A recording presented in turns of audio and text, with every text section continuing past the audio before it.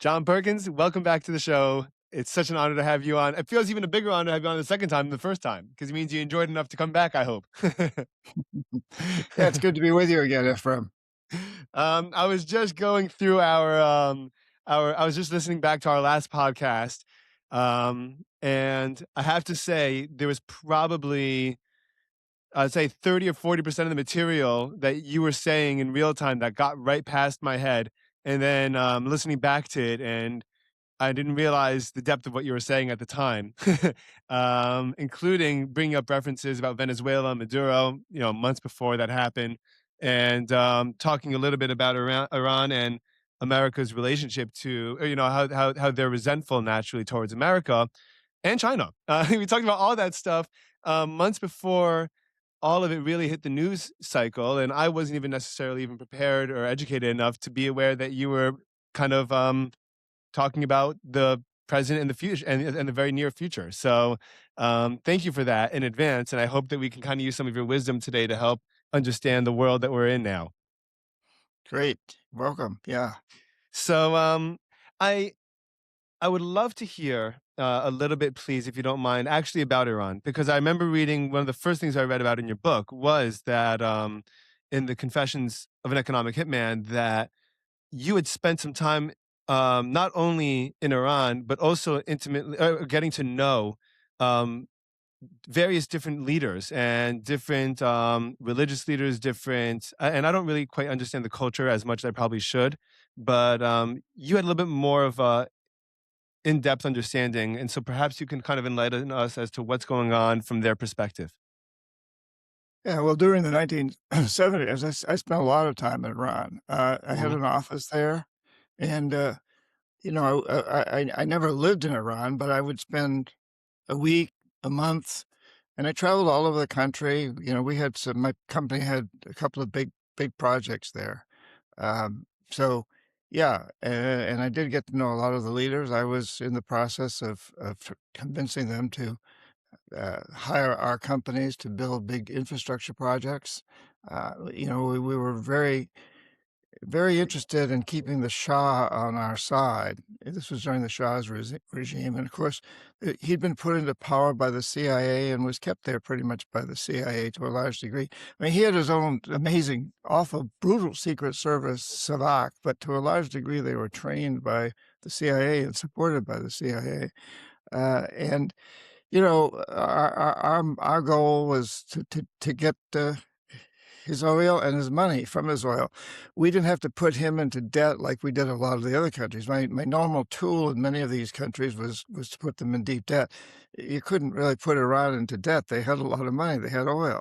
So the challenge was to get them to be dependent on the United States and move further and further away from the Soviet Union and Mhm. communism, and to convince them that they needed our protection, and also to convince them to use the money that they were making off of petroleum, petrodollars, to hire our corporations to essentially westernize Mhm. Iran, to make it more dependent on our culture and our way of life and our economy.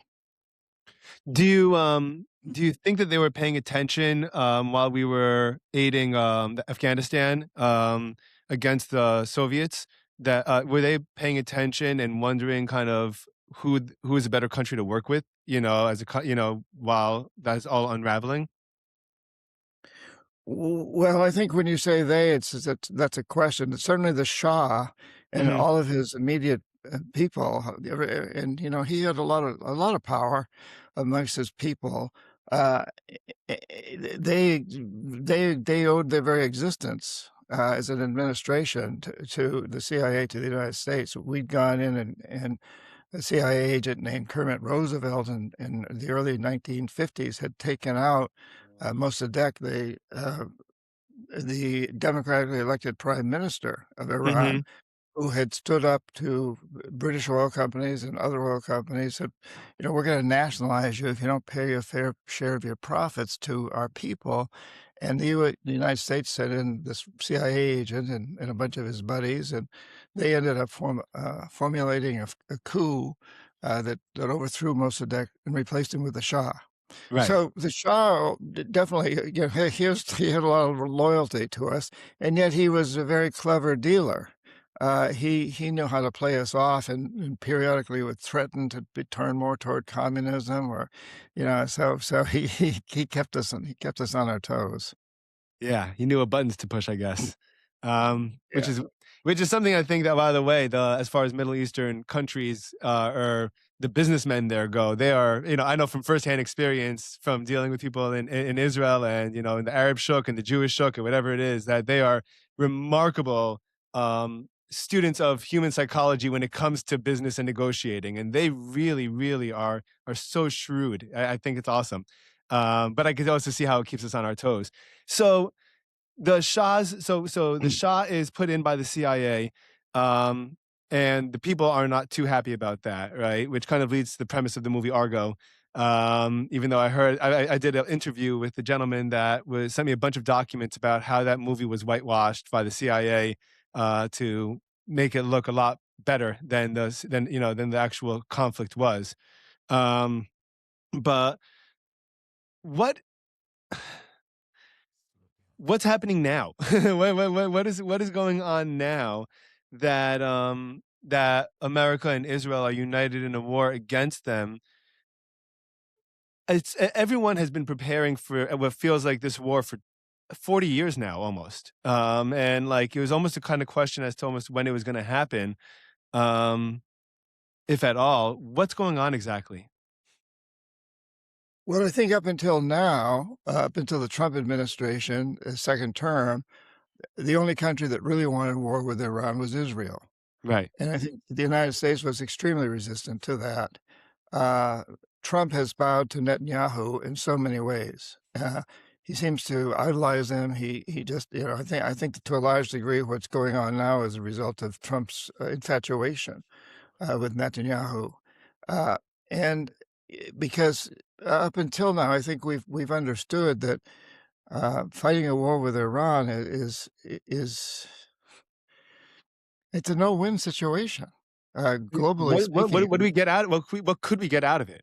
Yeah, well, you're seeing that now. Well, but the only thing we can get out of it is Trump feeling like he's, super powerful, but he's likely to walk away losing in many respects, but he'll never admit that. So he'll turn whatever happens into a victory for him, because that's his style. It doesn't it doesn't Hmm. matter what he could fall. If I could just see if Trump fell flat on his face on the streets of New York, he'd put his hands down and stand up and say, "I own New York. I've taken New York." So so he's got this ability to convince himself. I'm sure he's convinced in his own way that he's right. So I think this war really happened. I think the attack happened because Trump was on a big high after taking out Maduro in Hmm. Venezuela. And he said, well, if I can do it there like that, I can do it in Iran. We'll just go in, we'll take out the leadership, and the people of Iran will rebel against against the supreme leader. Of course, they didn't. And I'm surprised. I'm sure the CIA and a lot of the information he was getting told was telling him that very thing, but he didn't believe it. He's on this high. He said this huge, what he saw as a success in Venezuela. I don't see it as a success, but You he don't? did. No, not at all, but we can get into that in a minute. Sure. But, I think that it was so predictable. There's a huge military base on the Strait of Hormuz in Bandar Abbas. I helped build that base. My company was one of the engineering firms that built that base as a big military base for Iran, but with the idea that U.S. troops would be stationed there. That it would be our military base to a large degree, and we would be able to shut down the Straits of Hormuz if one of the other Arab countries or oil-rich countries cause problems for us. If OPEC again caused problems for us, as it had in the early 70s with the oil embargo, Yeah. we could shut down the Straits of Hormuz. Well, it's exactly what's happening. So unintended consequences. But I spent a lot of I spent time in Bandar Abbas, which was, I think it's the hottest place I've ever been in my life. Not temperature-wise, because Saudi Arabia was hotter, but Saudi Arabia is dry. Bandar Abbas was very humid, and humid heat, you feel a lot more than dry heat. So it was a little small fishing village when I first arrived there, and, we built it into a major military base, and today it's pretty much the head of operations, for closing down the Strait of Hormuz. It's not alone, and there's a lot of things going on in Iran, but that's an important part of it, which is very ironic. That is ironic. When it was built for it's hysterical actually. It was built for American troops to be stationed there originally. When did and it's being run by the Iranians now? Is that what happened? Well, yeah, it's the key factor in the Iran closing down the Strait of Hormuz. It's right there, When did we pull our soldiers out of there? well, I I don't it was more than putting a lot of soldiers' boots on the ground there. It was that we were supporting the Iranian military, Oh, I and see. I putting see. equipment and missiles and so on, but prepared if we would have needed to go in and put boots on the ground, but, we never really expected we would need to because the Shah was our friend, so if as long as we provided the equipment, the knowledge, if OPEC, came against us again, Right. and we'd ask Iran to be our ally against OPEC Yeah. and close down or threaten to close down the straits. Usually a threat was all that would be needed, but the forces, the equipment, the technology was all there, very sophisticated technology that would enable that to happen. Do you Yeah. Oh, man. This okay.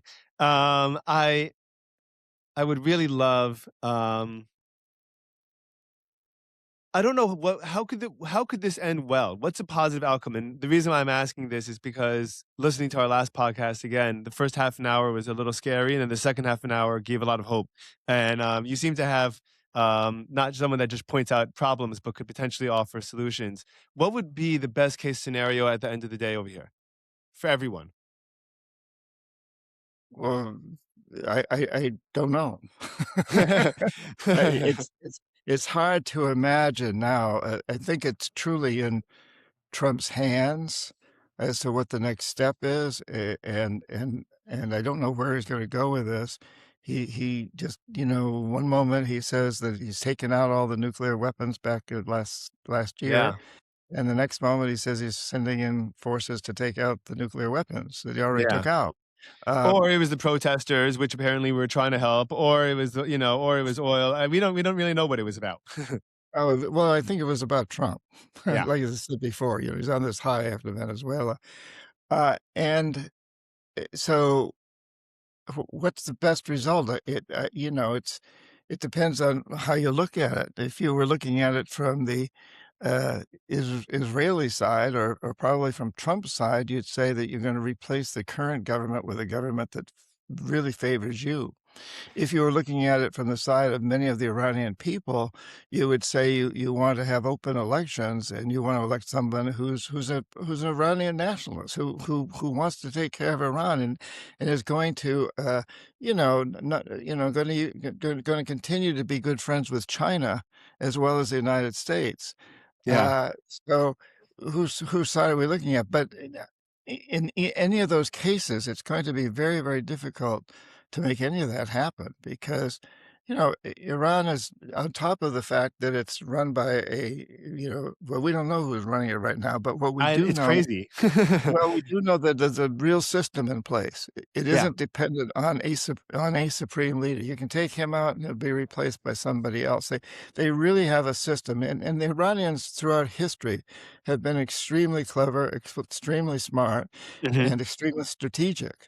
Uh, Throughout history, it doesn't matter whether you had you had a king, a shah, or for a short period of time a democratically elected president.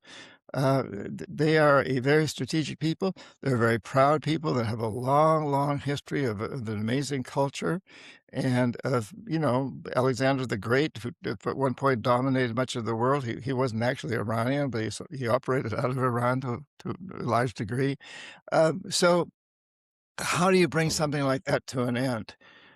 It's very, very difficult to see where this is going to go.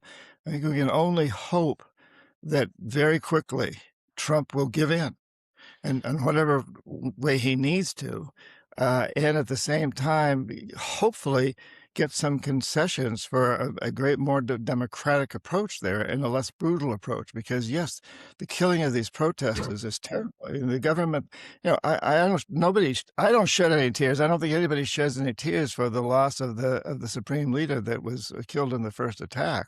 Mhm. He was a brutal man, Yeah. and the country doesn't need that, doesn't want that. The massacre of protesters was outrageous and horrible. So how do we get a concession that nothing like that is ever gonna happen again? And and we may insist that we go back to something like the old Iran and US nuclear treaty that Trump broke back during his first term, and Mhm. that Mhm. treaty was working very well. It was monitored by the International Atomic Energy Agency. It seemed to be working very well. I don't know why that ended, but I I thought think that that I'm sorry, I also heard that the Ayatollah had a religious degree, a fatwa against developing a nuclear weapon. Is that true? well, I don't know whether that's true or not, but I do Okay. believe that that Iran has clearly stated in the past that that is not their desire, and who knows? But Right. there was a treaty, Right. and it was supervised by an international force who concluded that Iran was not developing a nuclear weapon program, that it was developing a domestic nuclear energy program, which is Yeah. quite acceptable. I mean, we do the same thing. Many countries are doing that. Whether you like nuclear or not, it's a very different matter. Mhm. So, having destroyed that treaty in his first term, now it looks like that's what Trump wants to. That would be the best thing we could achieve now is to return to something like that kind of a treaty that also offers protection to the Iranian people against the kind of brutality that we've seen in recent years. Yeah, yeah, as long as we're actually, gonna hold up our end of that promise, right? And Well, that's that's the other factor. How can Iran trust any I wouldn't.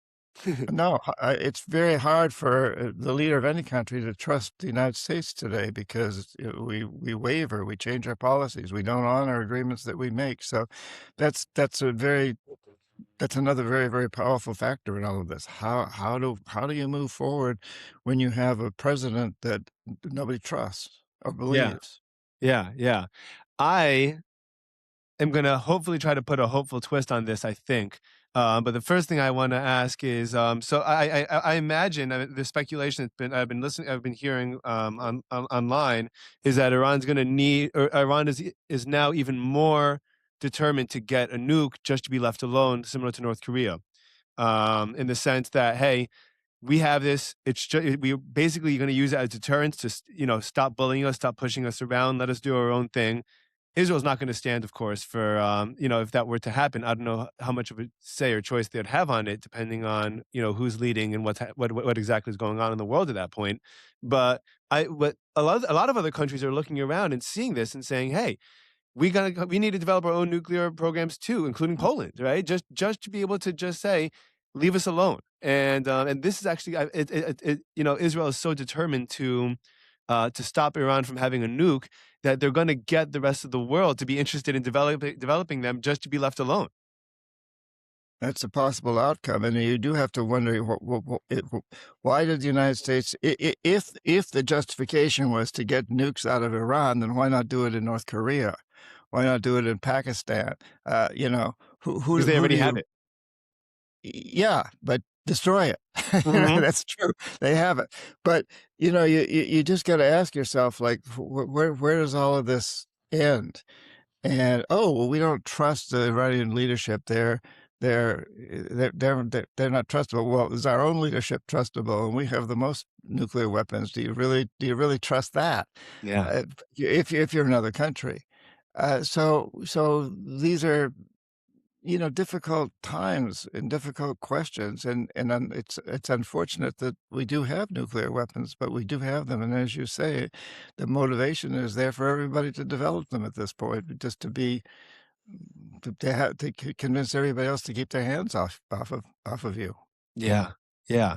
And I think that I think that we're almost at some kind of climax point where the world is going to determine whether or not we're going to ultimately become what you call a life economy or not.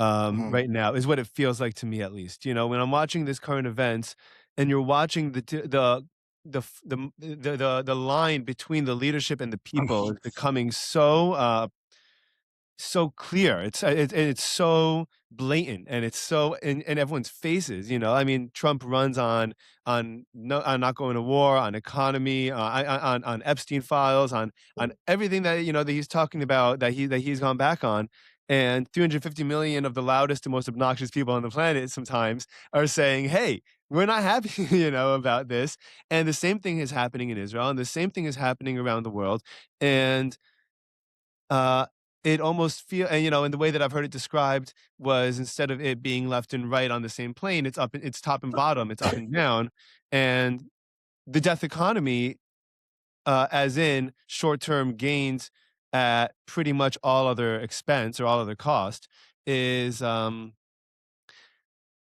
we don't like that. It's getting rejected, and you almost feel like there's like a human like for humanity, there's a resistance, like a viral type of resistance to this that I feel like is starting to take place. Well, that could be the good news, my friend. That's what I hope for. Yeah, Yeah, I have a new book coming out. It's you can buy it, pre-order it now online or anywhere you buy yeah, books, called "The Art of the Steal: Trump and the Economic Hitman Presidency." And it's not about Trump, although he's certainly in it a lot, but it is about a new form of presidency that he has brought into power, and I think it's gonna impact the US presidency from here on out. I'm not sure how that will go, but what we've seen is a watershed moment throughout my lifetime, since the end of World War II, every US president has used economic hitmen. But this is the first president to, actually be one, and a yeah, jackal yeah, at the same time, and, it's and to be totally overt about it. So things that were kept in secret before, that were clandestine, are now out in the open, and yeah. including horrendous corruption. I mean, this president is making a fortune off his position, and His I think family, everything, crazy. yeah. Yeah, and, most presidents have ended up doing well as a result of being president, and it doesn't necessarily involve corruption. It can involve a lot of book sales and speaking engagements and Which is a for a little life. bit diluted, which is a diluted version of that, I guess. Yeah, but now we have this situation, and recently there's been these accusations that he's involved in insider trading, when the tremendous amounts of stock are bought and sold, a few minutes before he makes a major announcement. Anyway, whatever. It's out in the open. And in writing this book, it's been I've gone into a lot of detail. It's so easy to forget what he did in his first term, or even what he did in 2025. Mhm.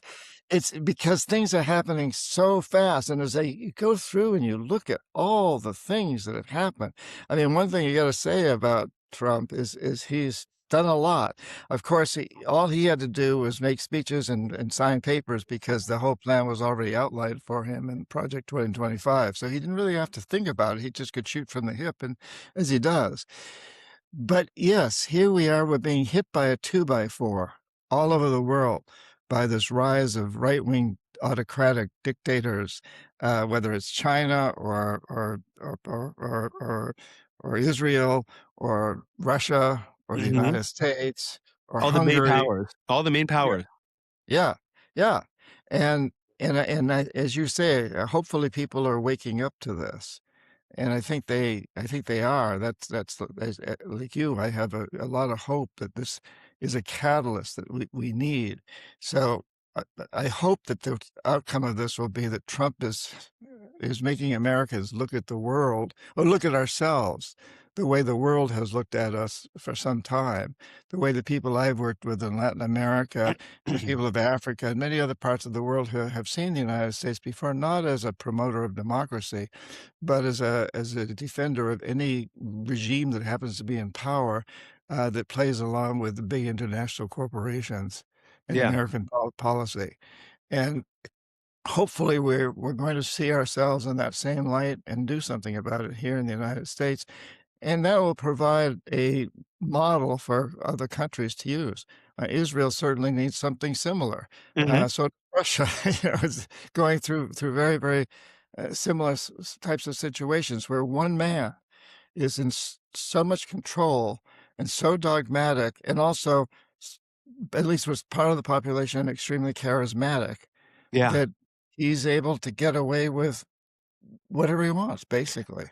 Yeah. I mean, I feel personally that that Bibi and the entire lobby that is currently in America basically just put all their political and financial power behind making the war happen right now because they know that once Trump loses the midterms and America's relationship with Israel has deteriorated to the point that it's gonna take a couple of generations to fix, that Bibi knows that if this didn't happen this minute, I don't even care whether there's a game plan or not, it's not gonna happen for another 10 years, and I'm not going down, in history for my life as the longest standing prime minister of Israel as not that guy, and I'm and so I think that he just said, "Whatever we have left, pedal to the metal, burn the rest of the gas out, and if we can do it, great, and if not, then, like, at least we tried," and I and that's what I think happened. Because Trump has been almost allergic or resistant to the idea of saying that, and like you said, he probably was riding a high from Venezuela,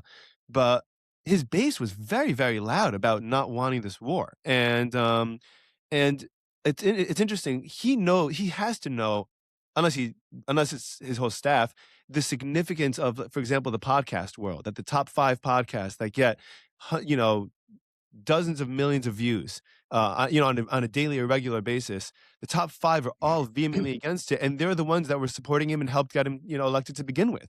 And so to be so I have a hard time believing that he's so off the pulse and so blindsided. It's possible that he is, but I think that there was just an enormous push that was just systematic that kind of just forced this to happen now. Yeah.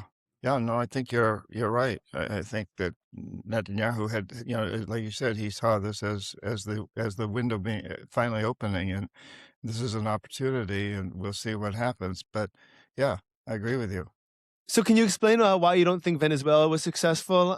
Because everyone kind of talks about it like it is, and I was originally a little hesitant about it, and then I felt like, hey, well, no Americans got killed as far as I know in that mission, and there weren't a lot of damage to American, infrastructure or anything like that, and it seems like it was pretty quick and clean. Why do you think it wasn't, as successful as Trump would like, or his administration would like to make it seem? Well, you can't say that no Venezuelans were killed. Well, you can't say that. Yeah, I mean, really? You're only worried about the Americans going in? That's I think it's I'm glad no Americans were killed, but I'm sorry about the dozens of Venezuelans who were killed, not just Maduro. I'm not sad about Maduro going out at all. He was a terrible leader, and it's good to get rid of him, but we didn't get rid of his administration. His vice president is running the country now. We didn't bring in the opposition people who one of them won a Nobel Prize. Uh, Really? yeah, yeah, For what? and In what, rather? Is he a the scientist, Nobel businessman? the Peace Prize was run by, the woman, I can't think of her Oh, name. right, right, right, right. The one that Trump wanted her wanted a peace prize from her, right. Yeah, she gave him the Peace Prize, and, she's the opposition leader. Why isn't she out there now and in power? And so I don't know what we accomplished, other than imprisoning a former the president who was the president and his wife. So they're in prison in the United States now. But what else has happened? And are we going to get oil from that country? Well, the oil companies, the CEO of Exxon said, "I'm not going in there. It's too unstable. I don't know what's going to happen next, and we don't have the oil infrastructure." Oh. So. So, and plus we don't need the oil. We're the biggest oil producer in the world. We're exporting oil. Plus, we really ought to be getting off fossil fuels altogether. We should be. So, what have we accomplished in Venezuela other than to scare the hell out of every other country in Latin America, other than to piss them off and scare Mhm. the hell out? I mean, I just came back from Ecuador a couple of months ago, and again, like everybody in Latin America that I know is happy that Maduro's gone, but they're not happy about the way it happened. Yeah. It was an invasion. A large military force went in and took out one man and his wife and killed a lot of innocent civilians in the process. So why? What's the point? What have we accomplished? There's no backup plan. There's no follow through plan. It was a show of force. Plus, the American taxpayers have paid a horrible price for that, and the fact that this huge Navy fleet is still right off there in the Caribbean, and Mhm. that scares the hell out of all of Central America, Colombia, all the countries that border the Caribbean. Plus, that fleet can reach Argentina and Peru and Ecuador and Brazil also.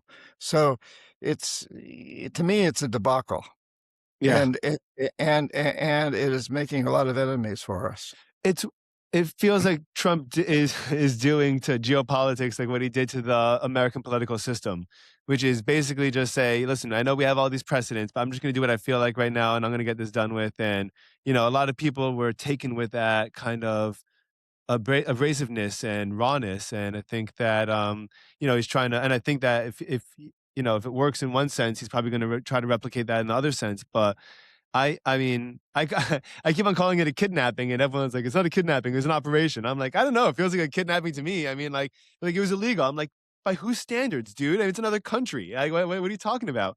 But I have heard, and what some of the defense would be that and I'm sure you have a response to this, but that it's really to cut off potential energy from China. And that's why it's Venezuela and Iran, because China buys an enormous amount of oil and relies on them for energy.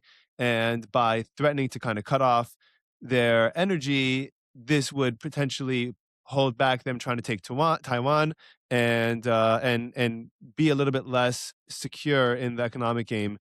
Um, but I've also heard that Venezuela's oil apparently is requires an enormous amount of refining, and I don't know that they do that there, and so I don't know how much is actually making a difference at this point. Well, what one thing it's definitely doing is forcing China to become much more uh, technologically advanced in alternative energy. At Ooh, the moment, China's also building coal plants, but they are the number one producer of solar and wind machines and developing that kind of power, and these threats against oil for them is going to push them more and more into taking a much greater leadership role in alternative energy.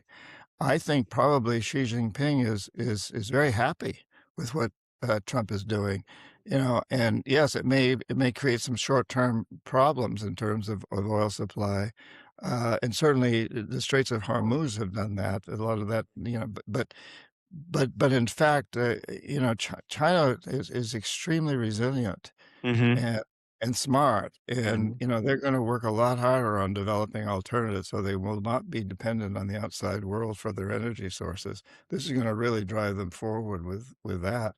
I yeah, think all of what's going on in the world right now is taking the United States down and bringing China up. I think China is being helped by all of these situations in the long run. In the short run, it puts China in an awkward position. It creates some internal problems as well as external problems. But, China always thinks in the long term. Unlike the United States, China's yeah, very, very long-term oriented. They develop 5-year plans and 25-year plans, and they mean it, and that means a lot to them. They're a very long view oriented administrations, unlike the United States. yeah, yeah. I agree. I think, and I guess the only thing that they could that people the Americans would hope for is that it puts them in more than just an uncomfortable position at the present moment. It puts them in a perilous position that doesn't allow them to get to that 25 or 50-year plan or whatever it is. But I don't know if that's something that I would bet on or I don't know if I'd bet on China not, accomplishing their long-term goals. I don't know. They seem pretty proficient to me. Um, Well, I think we want China to accomplish its long-term goals too. We want a stable China, and there's every reason to want to have a healthy competition with China, but not see them as an enemy. They're not an enemy. You know, they're people. I taught at a business school there in Shanghai, and I was deeply, deeply impressed by the Chinese students and their desire to create a better world for their children and grandchildren. You know, they told me, like, we've lived through horrible pollution. You in the United States don't know what pollution is compared to Yeah, us. We've lived through horrible pollution and very difficult social situations too. And we created a miracle economically. But we at a huge price environmentally and socially. But we, the future generation, we don't want our kids to grow up like that. We're going to turn this around. We're going to create an environmental and social miracle, and I think they're working on it. I think that's a real sincere desire on the part of many who are coming up in the next generation in China.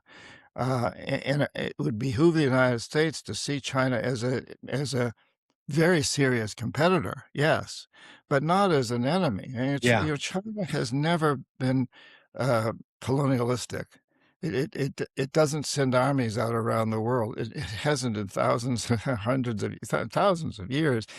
And you know, it may threaten Taiwan, but it sees Taiwan as part of China, just like, you know, we took over Texas, that yeah. kind of thing. We have Puerto Rico and the Virgin Islands and so on, But Trump's and looking we at will Cuba now. yeah, and Cuba is we the will next yeah. one. Yeah, I mean, it's the same sort of thing. So, but China doesn't have military bases in Latin America or Africa.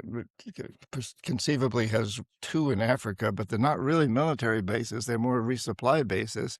It just doesn't. And while the United States has military presence in well over 100 countries, the world doesn't like that. Nobody likes to be occupied by a foreign force, Yeah, and except maybe the dictatorial leaders. They're happy to have but people don't.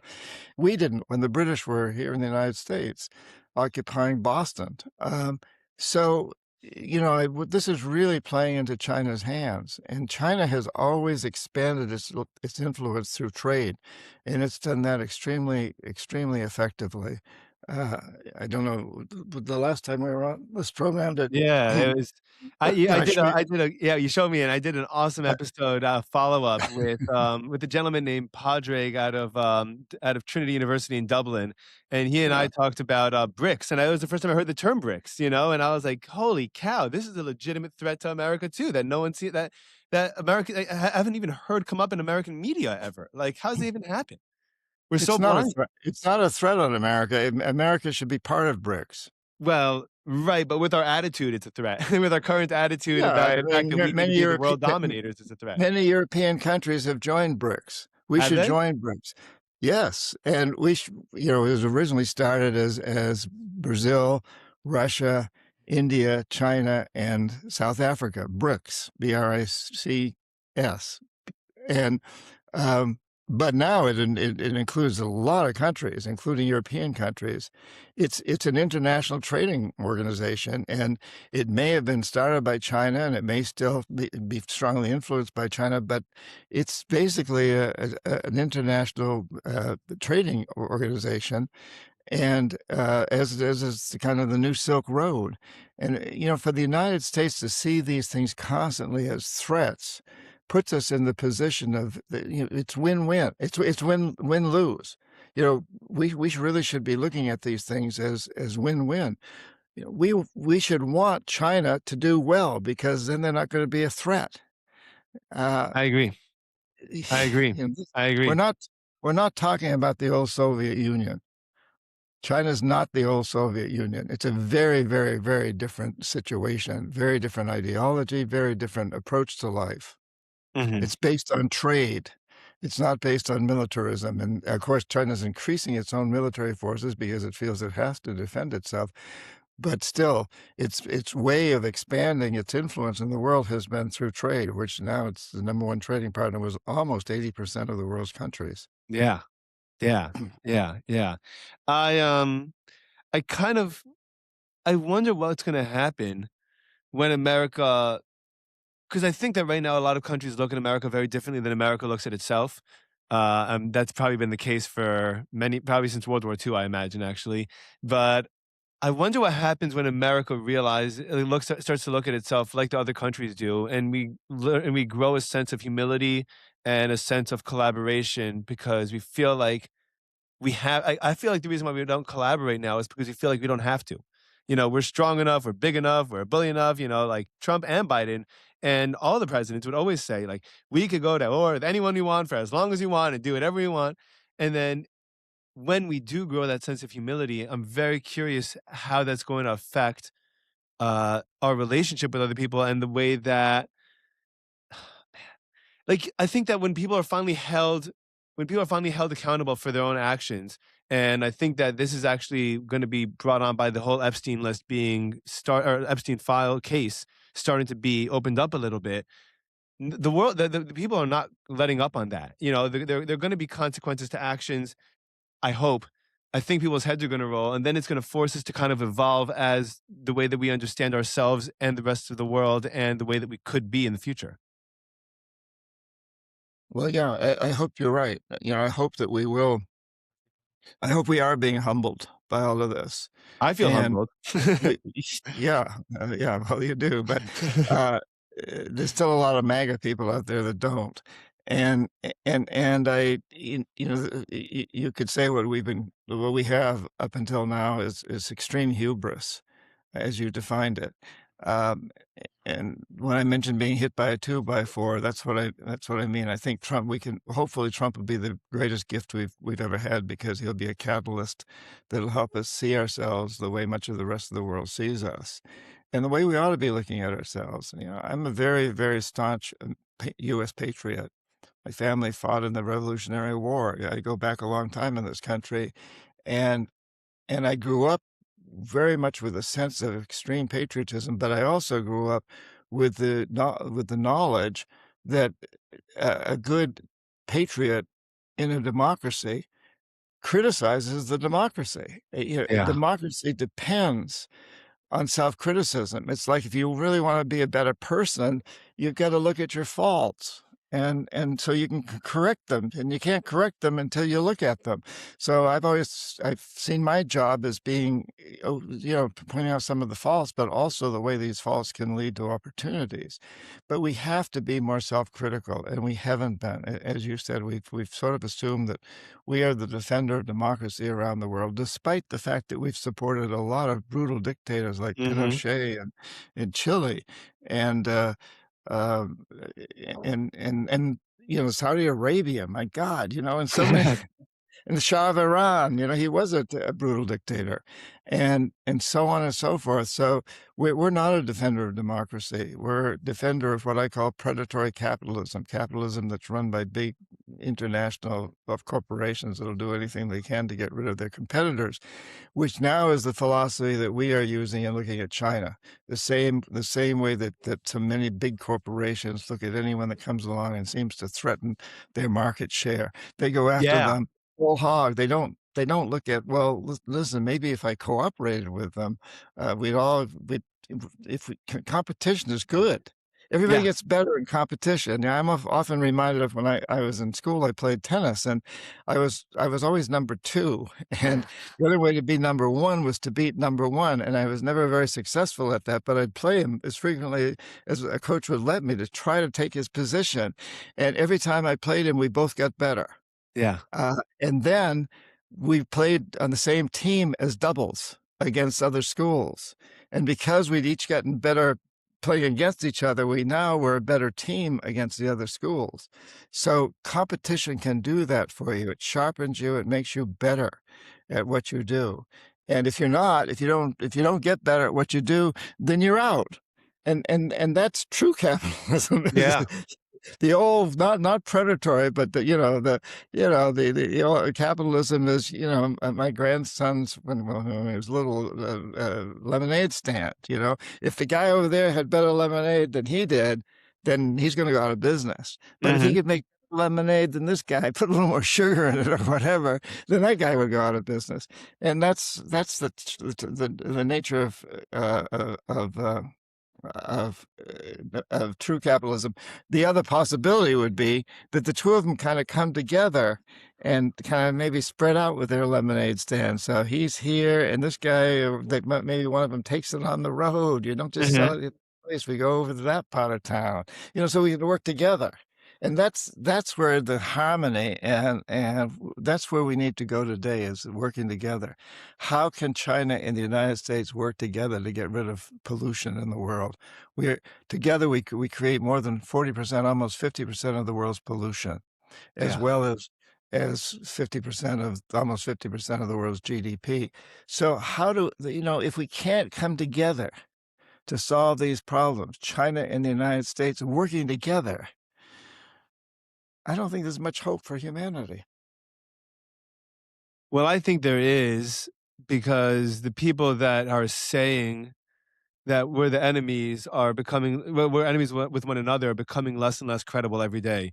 And I actually Well, that's think that that's yeah, that's what I'm saying, that yeah, if we I can think it's work yeah, together if we totally. can work together, then there is hope for humanity, So but that actually brings yeah, totally. So I had an observation. I recorded a solo episode on Saturday night. I had a lot of thoughts in my mind about Israel and the current, the war and the state that the country and the people and Jews around the world are in.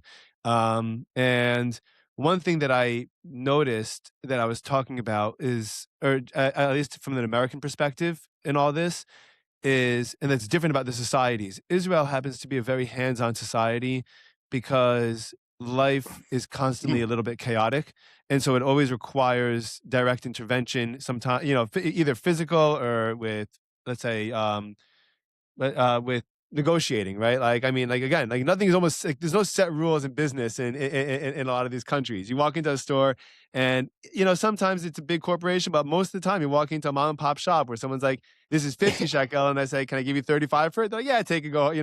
Take it if you're going to do it right now. Otherwise, if you come back tomorrow, forget about it." And then I noticed in America that, and I'm sure that social media has a lot to do with this. I'm sure that the technology that we have and the world that we've kind of put ourselves in right now has to do with this. But we're everyone's very passive. I've noticed, or at least the young generation is extremely passive. People are afraid to if they see something going on to say anything. There's a tremendous sense of this bystander effect that like we all notice that there's a problem, but we're all kind of afraid to do something about it because there's supposed to be an authority that does something for it for us, and that's kind of how we've always I think that's one of the potential downsides of being so comfortable and so wealthy and so protected, especially geographically by two enormous oceans and having neighbors like Canada and Mexico that, I mean, talk about Mexico separately, but overall, like, we don't have wars with them. We don't fight with them in that kind of same sense that a lot of other countries do. And I think that American people have become passive in a way that we don't really know. Like, we all know that there's a problem. We don't really know what we could even do about it. And there's a lot of self-censoring that's been going on, by myself included, and there's a lot of people that are afraid to say the wrong thing because they do fear that there's gonna be repercussions and that their lives could be ruined. So, Mhm. um, that is the only thing that I've like, that is to me is the final hurdle. We're, like, right there, and there's, like, a little bridge, and this is the final hurdle is to kinda get Americans to be a little bit more proactive and interactive with their lives. And then I think that an enormous amount of change could emerge. There'll be this incredible emergent quality of when Americans feel like we're all one country, one people, one conglomerate together, that trust one another and can rely on one another rather than being this isolated bunch of little individuals that are separated by their own social media bubbles or their cell phone bubbles or their AirPods or whatever it is that I think that has kind of torn us apart and kind of made us passive. Yeah. No, I agree with you.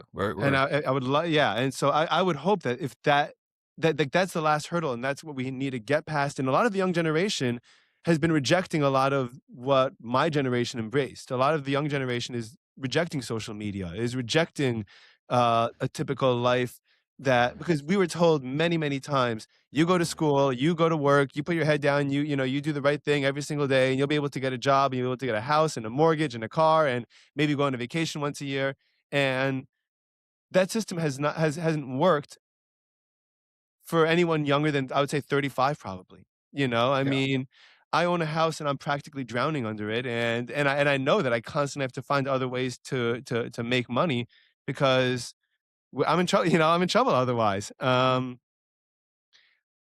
And I think we're right there. I hope that we can, I hope that this upcoming generation, is more religious, believes in God more, is more likely to hang out in movie theaters. Like, I know it sounds crazy, but movie theaters are a joint experience where people are getting together and laughing together and crying together, and you walk out of a movie theater and you're just overcome with this incredible feeling of like something has awakened in you that you haven't felt in forever. Or concerts. I mean, there's a musician I'm following, Billy Strings, and I mean, you can feel on the recordings even. You could just watch him, you could just watch it and you feel the presence and the humanity that's there. So I think that I really, really do believe there's a lot of hope. I know we have 10 minutes left. I would love to talk a little bit about the Amazon, a little bit about, I listened to a recent podcast with a gentleman, Paul Rosalie, who I'm sure you've heard of him before, or maybe you've met him before. And he mentioned that there are cartels that have been trying to expand into the Amazon to increase their drug production. Do you know anything about that? Well, yeah, I've been involved, not involved in the cartels, but yeah, they're have drug trafficking is having a huge negative effect on particularly the Amazon areas of Peru and Ecuador, Colombia, and some of Brazil. But yeah, so yeah, but yeah, I mean that's a whole that's another large topic, and Uh-huh. but I wanted to go back and address something else you said here, and that is, the book Art of the Steal ends with very, very optimistic and outlines what we as individuals can each do, because I think you're absolutely correct that people we need to change people's perception of what it means to be successful and happy and prosperous. And so that was one of the reasons for writing this book, is to, yes, to point out what's wrong, but also to say, "But you reader, you live in a blessed time. You're blessed to be alive right now because the opportunities are there." And, there's a whole lot of suggestions of what people can do, but one of the ones that I like best is to say that we all have different skills and different desires, and we can all move in different paths as long as we head for the same destination, the life economy. Hmm. So, the book outlines 5 different questions we can each ask ourselves to move in that direction. And I don't know, do we have time? Do you want me to mention those 5, or have I Please, already done please, that? yeah, please, if you don't mind, that'd be awesome. Yeah, the first one is, what do I most want to do for the rest of my life? What'll give me the greatest satisfaction? For me, it's writing. I love to write. And for a friend of mine who's a carpenter, it's working with his hands in wood. And the opposite end of the spectrum, kind of. And the second question is, how do I do this in a way that'll help transform the death economy to a life economy? And Yeah. for me, it's, well, I'm going to write about those things. I'm going to write books that I hope will inspire people to get involved in that, which is like this most recent book does. And from my carpenter friend is, I'm going to use sustainable materials and plant trees for every tree that I use up. And the third question is, well, what's stopping you? What's holding you back? What's the voice you're hearing that says you can't do it? And for the writer, it might be, well, I had an English teacher who gave me bad grades, and yeah, it convinced me that I wasn't a good writer. And for my carpenter friend, it might be to say, well, my clients don't want to pay an extra price for sustainable materials or for me to plant trees. Hmm. And so the fourth question is, when I look at that problem, when I touch it, rather than running from it, when I confront what's holding me back, the obstacle, rather than ignoring it, denying it, how do I change my perception? And so for me as a writer, I would say, well, my English teacher never published anything. Seriously, he was just an English teacher. What did he know? I'm a good writer. I'll write. Let's see what happens. And for my carpenter friend, it's, well, I'll tell my clients that the extra price is not a cost; it's an investment in the future. And then the third question is, once you've changed your perception, what actions do you take? You got to start writing, and then you Yeah. and building cabinets like this with sustainable materials. So, we can all ask ourselves these 5 questions, and it's very individual. You know, you can be a podcast host. I can be a writer.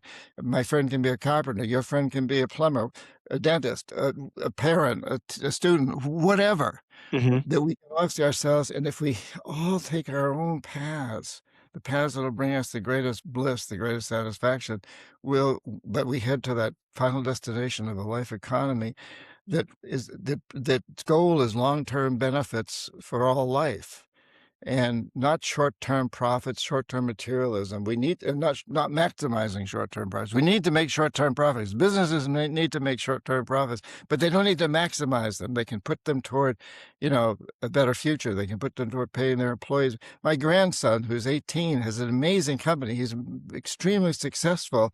It's a window washing company, and one of his goals is he's got a bunch of guys working for him, 13 or 14 guys working for him. He pays them all really well. These are kids in high school or college, and it's a great source of income for them. But that's one of his goals, you know. Mhm. And he also sees cleaning windows as extending the life of the woodwork around the windows. So it's an environmental move too, to a certain degree. So this is we can all move in that direction. What happens when you feel like the things that are in your way are just so enormous, and the obstacles that are in your way are just so big? For example, like me with the podcast, right? I'm starting this, and it happens to be that, thank God, I've learned a little bit of the virtue of patience throughout my life.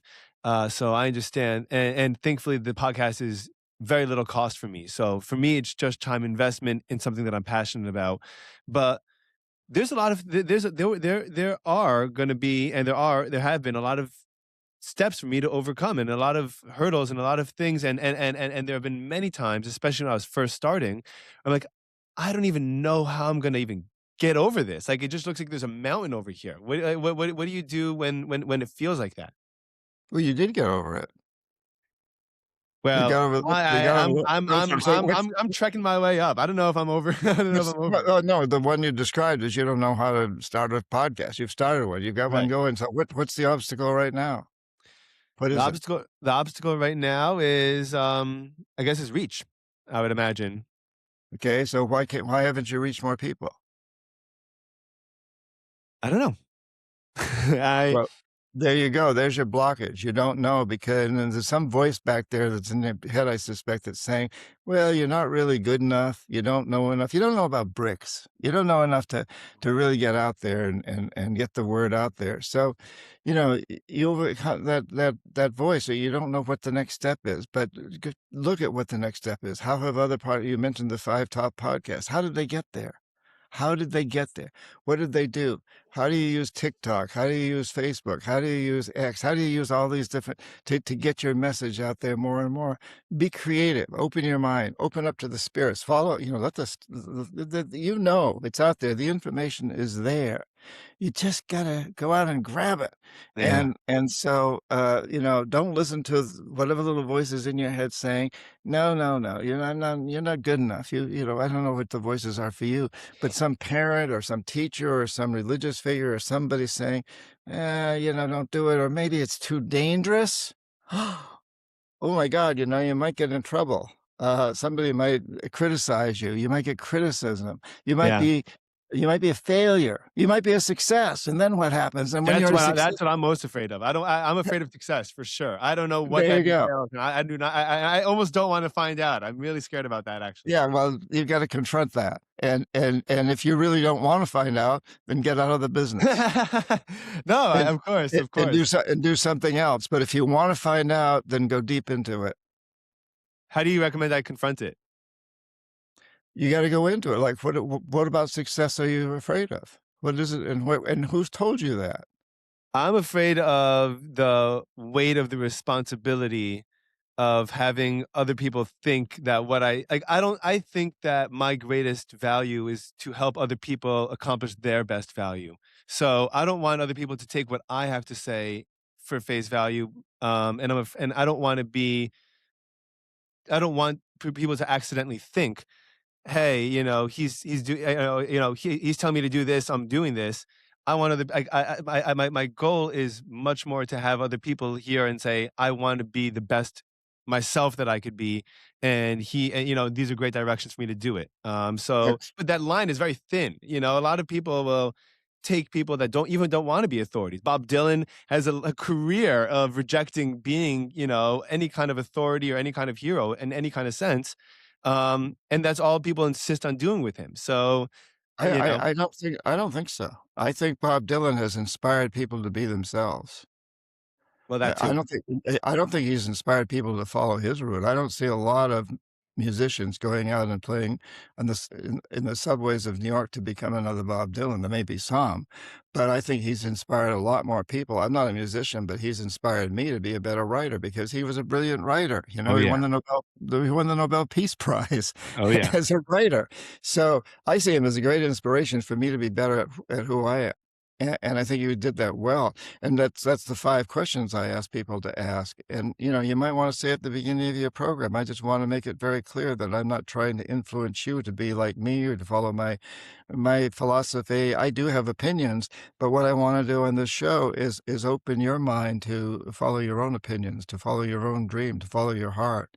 Mhm. So, you know, you can overcome that obstacle. I understand it. I see that as an obstacle, but you can do it in such a way, and I know that all of my writings, people are gonna read them, and I've asked them at the begin in most of my books, I say, "Hey, you know, read this in the way that'll impact you."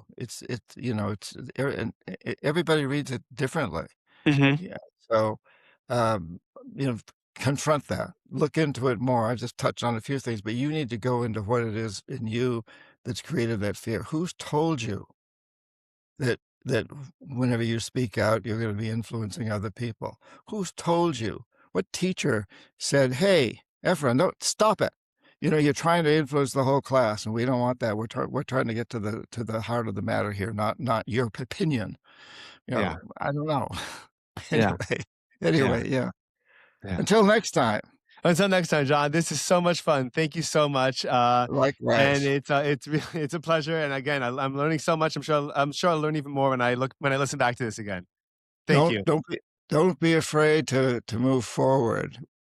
I won't. I'm gonna keep on going. Okay. Thank you, John. Keep up your good work.